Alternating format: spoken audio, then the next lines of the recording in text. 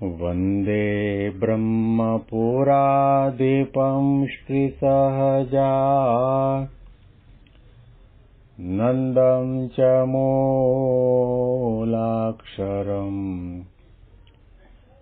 श्रेयस्कारणसद्गुणैकनिलयम् श्रीप्रागजिह्वावत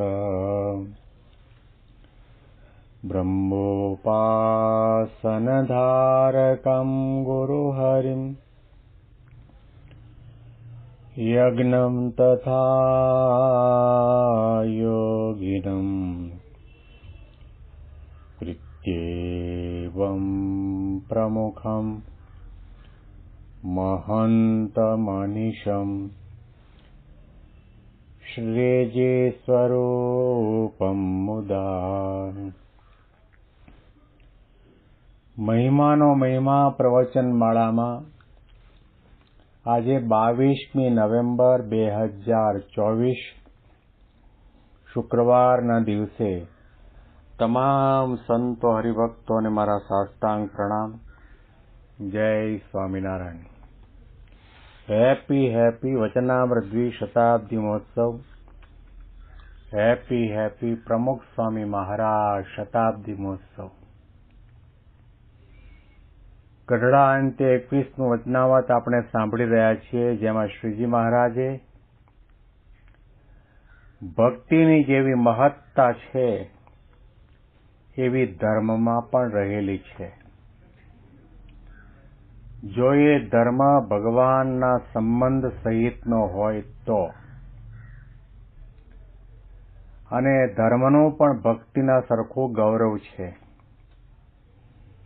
એ અદ્ભુત વાત મહારાજે આ વચનામૃતમાં સમજાવી અને ત્યાર પછી શ્રીજી મહારાજ અતિશય કૃપા કરીને પોતાનો જે મત, પોતાનો જે સ્વભાવ, પોતાના રસ અને રુચિ સમજાવે છે અને સંભળાવે છે.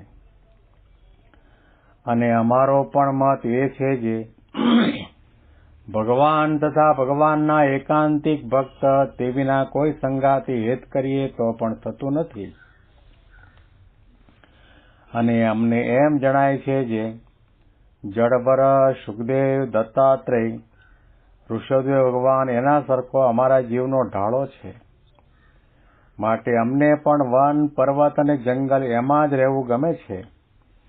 પણ મોટા મોટા શહેર, પાટણ હોય એમાં રહેવું ગમતું નથી. એવો અમારો સહજ સ્વભાવ છે. તો પણ ભગવાન તથા ભગવાનના ભક્તને અર્થે લાખો માણસના ભીડામાં રહીએ છીએ, તો પણ અમારે જેવું વનમાં રહીએ એને નિર્બંધ રહેવાય તેવું જ રહેવાય છે. મહારાજ પોતાનો મત અને રસ રુચિ બતાવે છે. શ્રીજી મહારાજે કહ્યું કે ભગવાન અને ભગવાનના ભક્ત, એકાંતિક ભક્ત, તે વિના કોઈની સાથે અમે હેત કરીએ તો પણ હેત થતું નથી. આ શબ્દો આપણે ઊંડાણપૂર્વક વિચાર કરીશું તો ખ્યાલ આવશે કે સાધના કરો, વ્રત કરો, તપ કરો, દાન કરો, પુણ્ય કરો, યાત્રા કરો, ગમે તેવી આધ્યાત્મિક ક્રિયા કરો, પણ તમારે ભગવાન અને ભગવાનના એકાંતિક ભક્તમાં જ હેત કરવાનું છે. એના સિવાય જે કંઈ આપણી સાથે સંકળાયેલા પદાર્થ હોય, વસ્તુ હોય, સંબંધી હોય, સગા હોય, એ બધા સાથે વ્યવહારિક સંબંધ રાખવો ઘટે. ધારો કે કોઈ ગ્રહસ્થાશ્રમી છે, એ પતિદેવ હોય તો પોતાનો પતિદેવ તરીકેનો ધર્મ બજાવવો, પિતા હોય તો પિતા તરીકેનો ધર્મ બજાવવો. પરંતુ જેવું હેત અને પ્રીતિ ભગવાન અને ભગવાનના એકાંતિક સાધુમાં છે એવું બીજે ક્યાંય કરવું નહીં.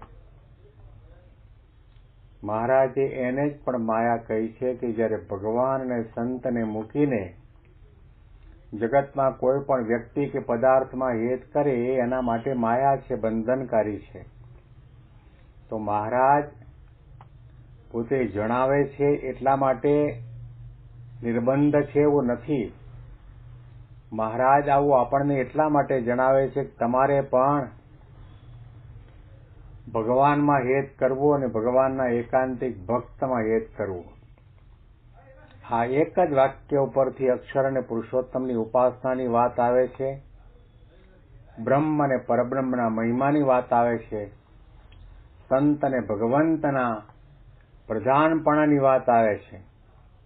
બીજા બધા છે એ વ્યવહાર દશાની અંદર એની સાથે વ્યવહાર કરીએ, સંબંધ રાખીએ, બધું બરાબર છે, પરંતુ ભગવાન અને ભગવાનના એકાંતિક ભક્ત જેવા બીજા કોઈને વાલા થવા દેવા નહીં. એવી રીતે મહારાજે ગઢડા અંત્યના 7મા વચનામૃતમાં પણ કહ્યું છે. વજ્રની ખીલુનું વચનામૃત અને પ્રમુખ સ્વામી મહારાજને અતિ પ્રિય વચનામૃત.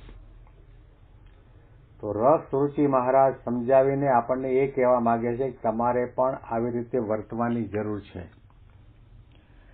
ભગવાન અને ભગવાનના એકાંતિક ભક્ત તે વિના કોઈ સંગાતી હેત કરીએ તો પણ થતું નથી.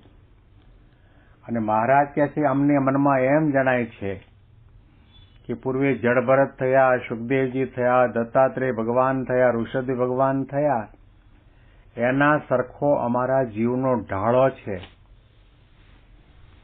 કારણ કે પૂર્વે જે કોઈ થયા એમને વન, પર્વત, એકાંત, જંગલ આ બધું ગમતું અને ક્યાંય લેવાના નથી. ભરત રાજા મૃગના બચ્ચાની અંદર હેત થવાના કારણે ત્રીજા જન્મની અંદર બ્રાહ્મણ કુળમાં જન્મ પામ્યા અને જડભરતની રીતે વર્ત્યા, ગાંડાની માફક વર્ત્યા છે.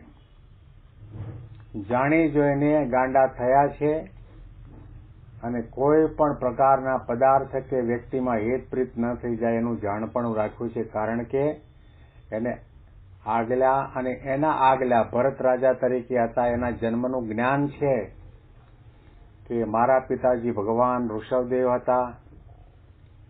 મોટા ભૂમંડળના રાજ્યનો પણ ત્યાગ કર્યો હતો, ઘણા વર્ષો સુધી તપ પણ કર્યું હતું. તેમ છતાં પણ એક મૃગના બચ્ચામાં હેત થવાના કારણે, સંબંધ બંધાવાના કારણે મારે આ ત્રીજો જન્મ લેવો પડ્યો છે. એટલા માટે જાણી જોઈને ક્યાંય બંધાય નહીં એવી પ્રકારે એમણે બુદ્ધિનો દોઢ કર્યો જ નથી, ક્યાંય વ્યવહારમાં ક્યાંય ભળ્યા જ નથી. જાણી જોઈને ગાંડાની માફક વર્ત્યા છે.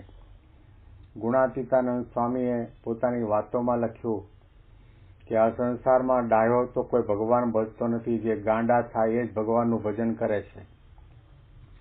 અને ભગવાનનું ભજન કરવા માટે ગાંડા થવું એટલે કે સાંખ્ય વિચાર દ્રઢ કરવો અને દેહ અને દેહના સગા સંબંધી અમુક સમય માટેના સંબંધી છે એવું જાણી રાખવું. આ લોક મૂકીને જવાનું છે, દેહ મૂકીને જવાનું છે, પદાર્થ સંપત્તિ વૈભવ મૂકીને પણ જવાનું છે. અનંત કોટી બ્રહ્માંડની અંદર સાચા સગા અને આપણું હિત કરવાવાળા, કલ્યાણ કરવાવાળા, નિર્વાસની કરવાવાળા સંત અને ભગવંત છે એવું જો જાણી રાખ્યું હોય તો પછી સમજવું કે આપણે ગાંડા થયા છીએ અને તો ભગવાનનું ભજન થાય. ડાયો તો કોઈ ભગવાનનું ભજન કરતો જ નથી. તો શ્રીજી મહારાજે કહ્યું પૂર્વે જે બધા દત્તાત્રેય, સુખદેવજી, જડભરત વગેરે થયા એના જેવો અમારો સ્વભાવ નથી, એના જેવો અમારો ઢાળો છે, એના જેવો અમારા જીવનો ઢાળો છે. એટલે અમને વનમાં રહેવું ગમે, પર્વતની તળેટીમાં રહેવું ગમે, જંગલમાં રહેવું ગમે, પરંતુ મોટા મોટા શહેર હોય, પાટણ હોય એમાં રહેવું અમને ગમતું નથી. એવો અમારો સહજ સ્વભાવ છે. આજે એવો એક યુગ આવ્યો છે, એવો એક સમય આવ્યો છે. એક સમયે લોકો હજારો અને લાખોની સંખ્યામાં ગામડામાં રહેતા હતા, પરંતુ અનાવૃષ્ટિના કારણે, દુકાળ પડવાના કારણે અને સુરત ભાવનગરની અંદર હીરાના ધંધાનો વિકાસ થવાના કારણે, પૈસા વધારે મળતા હોવાના કારણે લોકો ગામડા છોડીને સુરત આવ્યા, મુંબઈ આવ્યા, ભાવનગર ગયા અને હવે કોઈને પણ ગામડામાં પાછા જવું ગમતું નથી.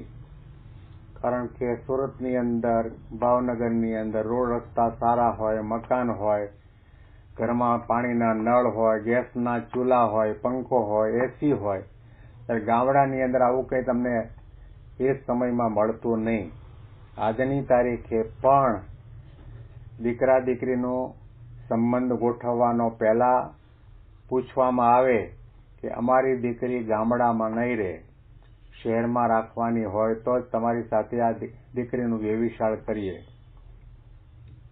કહેવાનું તાત્પર્ય એટલું છે કે આવી આપણી સહજ વૃત્તિ છે. ઇંગ્લેન્ડ, અમેરિકા, મોટા મોટા શહેર પાટણ આપણે એની અંદર રહેવાનું ગમે છે, પણ મહારાજ કે અમને કે જ્યાં આગળ કોઈ વસ્તી ના હોય, જ્યાં રજોગુણી સાધનો મળતા ના હોય અને સ્વાદિષ્ટ ભોજન ના મળતું હોય, એકાંત હોય, કે ત્યાં આગળ અમને રહેવું ગમે છે. ત્યાં કંદમૂળ ખાઈશું, આંખો બંધ કરી પદ્માસન વાળીને ધ્યાન કરીશું, ભગવાનનું મનન ચિંતન કરીશું, એકાગ્રતા કેળવીશું. તો શ્રીજી મહારાજનો આવો એક સહજ સ્વભાવ છે. અને તેમ છતાં પણ મહારાજે કહ્યું તો પણ ભગવાન તથા ભગવાનના ભક્તને અર્થે લાખો માણસના ભીડામાં રહીએ છીએ. આ એમની કરુણા. એમને આપણા પીઝા પણ નથી ભાવતા, અને લાડુ પણ નથી ભાવતા, અને પૂરણપૂરી પણ નથી ભાવતી, અને ઢેબરા પણ નથી ભાવતા, અને ઘેવર પણ નથી ભાવતા, અને સાટા જલેબી પણ નથી ભાવતા. ભગવાનના સુખે, બ્રહ્મના સુખે સુખ્યા છે, ભગવાનના રંગે રંગાયેલા છે, તો પણ આપણા જેવા થયા છે, આપણી વચ્ચે રહે છે. હજારો લાખો માણસ હમણાં કાર્યકરણ સુવર્ણ મહોત્સવ 7મી ડિસેમ્બરના મોદી સ્ટેડિયમમાં અમદાવાદના આંગણે ઉજવાશે. દોઢ લાખ જેટલા કાર્યકર્તાઓ ભેગા થશે. એની વચ્ચે મહંત સ્વામી મહારાજ રહે છે. એની પાછળનું કારણ આપણા ઉપર દયા છે.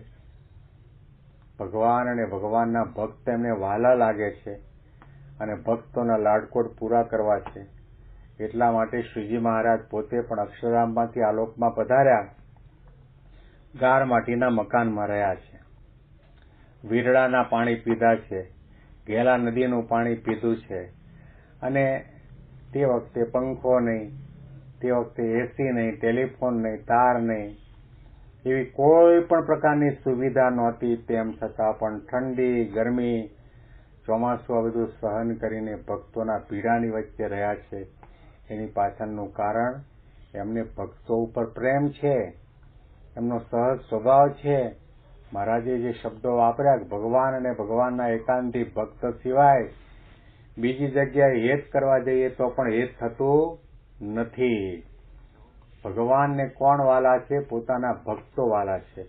અને ભક્તોને કોણ વાલો છે? પોતાના ભગવાન વાલા છે. તો મહારાજ આવી રીતે પોતાના રસ, રુચિ, અભિપ્રાય અને સ્વભાવની વાતો કરીને આપણને એક નિર્દેશ કરે છે કે તમારે પણ આવી રીતે વર્તવાનો મહાવરો કરવો. આના અનુસંધાનમાં વિશેષ વાતો આપણે આવતીકાલના પ્રવચનમાં સાંભળીશું. તમામ સંતો હરિભક્તોને મારા સાષ્ટાંગ પ્રણામ. જય સ્વામિનારાયણ.